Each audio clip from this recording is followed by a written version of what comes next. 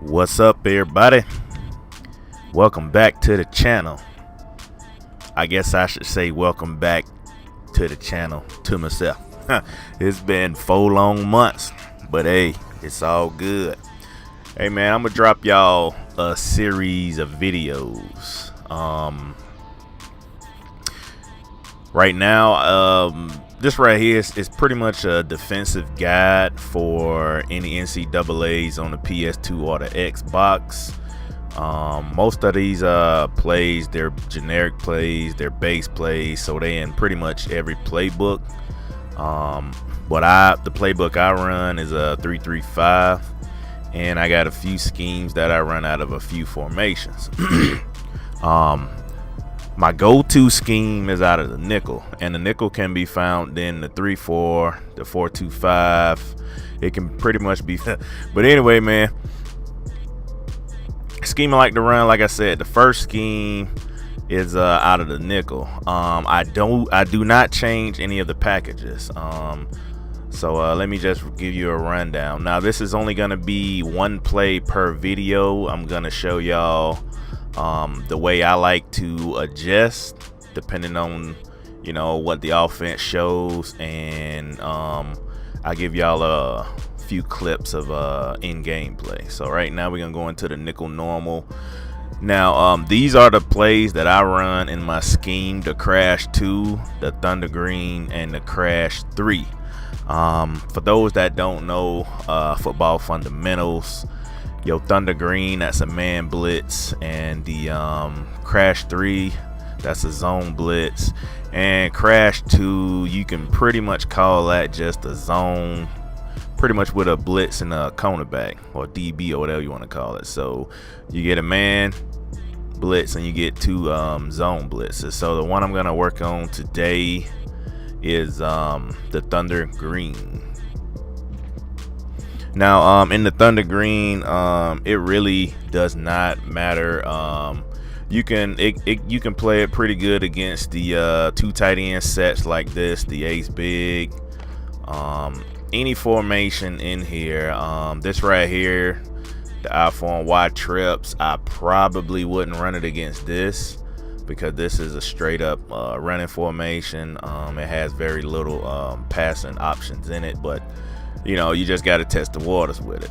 So we're just gonna go into ace big, and we'll just do we'll go into Y shallow cross. All right, so I'm gonna use Georgia for this particular. I'm probably gonna use my team Georgia for pretty much this whole defensive guide because of the defensive players they have on the team. So looking at it right now, you got your 4 down linemen, 2 linebackers, and then you got 5 DBs. Now how I set this up is the middle, the linebackers. Right now they're on the outside leg of the tackles. So what I like to do is bring them pretty much directly behind them or to the inside hip. So what I mean by that is and then I move Roquan Smith to here. Now as you can see right now in the footage right here, they're gonna shoot the B gaps. The B gaps are in between the tackle and the guard, not the guard and the center. The guard and the center, that's the A gap. So what this play is, it blitzes both B gaps. That's the way the generic play was set up. So at the snap of the ball,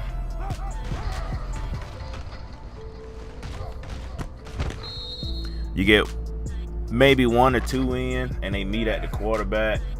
So we'll set it up again, and that's it. And I usually set it up this way, and at the snap of the ball, you just shoot the gap. Now also you got to have some stick skills for this, because you just can't put the man here and move him here and expect everything to go all peaches and cream. So what I like to do is, like I said, I do it this way, and you just use your swim moves. Swim moves is L1. So it's a few different ways that you can do this. But basically, that's pretty much it. All right, y'all, this is the in-game footage. And we got a double tight end set. We're going to go with the Thunder Green.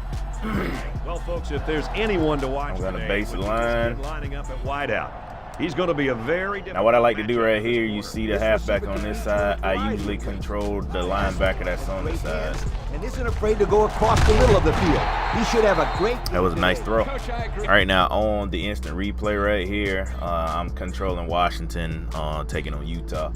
All right, right here, like I said, the side that the running back is on, when you call the man blitz version of this, the Thunder Green, I usually control the linebacker that's directly in front of him. So on this particular case, it's the right-hand side linebacker. And what you do is you just shoot the gap. So you need to know your assignments. Those are football fundamentals. If you blitz, and you blitz, and if you a Mike, you a Mike. If you a nickel, you a nickel. So you got to know your assignment. So this particular play, like I said, it's self-explanatory. So at the snap of the ball, snap, I shoot the gap, I get picked up, and I hit a swim move, and he still gets the ball up for a nice game. All right, so then a 4 wide receiver set. We going back to the Thunder Green. I base a line, and I just move him over. I'm going to control the linebacker directly above the running back again. He's looking to pass. He throws. Someone got a hand on it. All right, so Utah came out in the 4 wide receiver set. Running back is on the strong side of the field, so I'm going to control the linebacker directly in front of him. So at the snap of the ball, nice snap, I get picked up, the other guy get picked up, and I click on, hit L1 for the swat down. All right, we got a 3 wide receiver set, 1 tight end. Again, we in the Thunder Green. From the 38-yard line. Second down. The Huskies line up in a nickelback. And he's hit as he throws. Incomplete. Number 6 was the... On this particular play, I didn't use the linebacker that's directly in front of the linebacker. I mean the running back. Reason being is because if this is a toss play to the strong side as a run play, I would prefer the computer to control that. Because if you control that side and you get beat, man, you're going to get beat pretty bad. So usually I'll control the linebacker that's on the opposite side of him, on the weak side. So when I shoot the gap, just in case it's an option, coming back to the weak side, I'm right there to make the play. And another reason why I switched to him is because, as you see, if this is a run play to the strong side, you have help. You have 1, 2, 3, 4, 5, 6, 7 guys on that side of the field. So pretty much you have to scheme the defense. You just can't call it and just run base and accept things to happen. So when I put the play in motion, I come clean, I get picked up, still enough to get the pressure through. All right, we got another 3 wide receiver set. So again, we're coming out in the Thunder Green. 3rd and 10. Ball on the 38-yard line. The Huskies bring in the nickel package. Throw in deep down the left sideline. The ball is tipped. Almost picked off. All right, and again, the running back is on the weak side, so I don't control that linebacker. I'm on the opposite side with the strong side linebacker. So again, you set it up the same way. Base a line and move your linebackers inside. At the snap of the ball, I come through, I bite on the play fake, I click on this DB at the last minute for the slap down, but he still made the tackle. So it's gonna be a gem. They come out in the 4 wide receiver set. I'm gonna go to my zone blitz, which is the crash 3. Looks like they've decided to go for it here.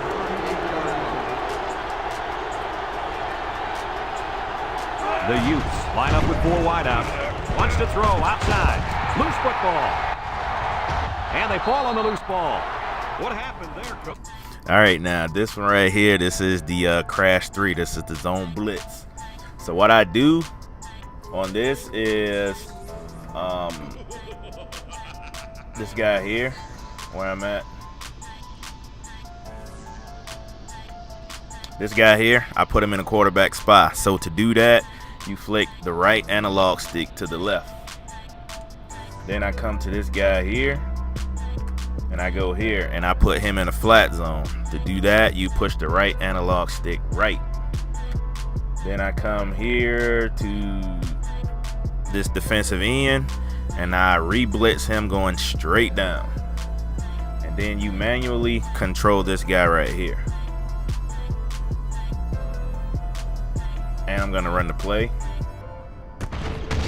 And you come screaming off the edge. I got picked up, which is all good. He caught the ball, but I went for the strip. Stripped it. Ball's on the ground.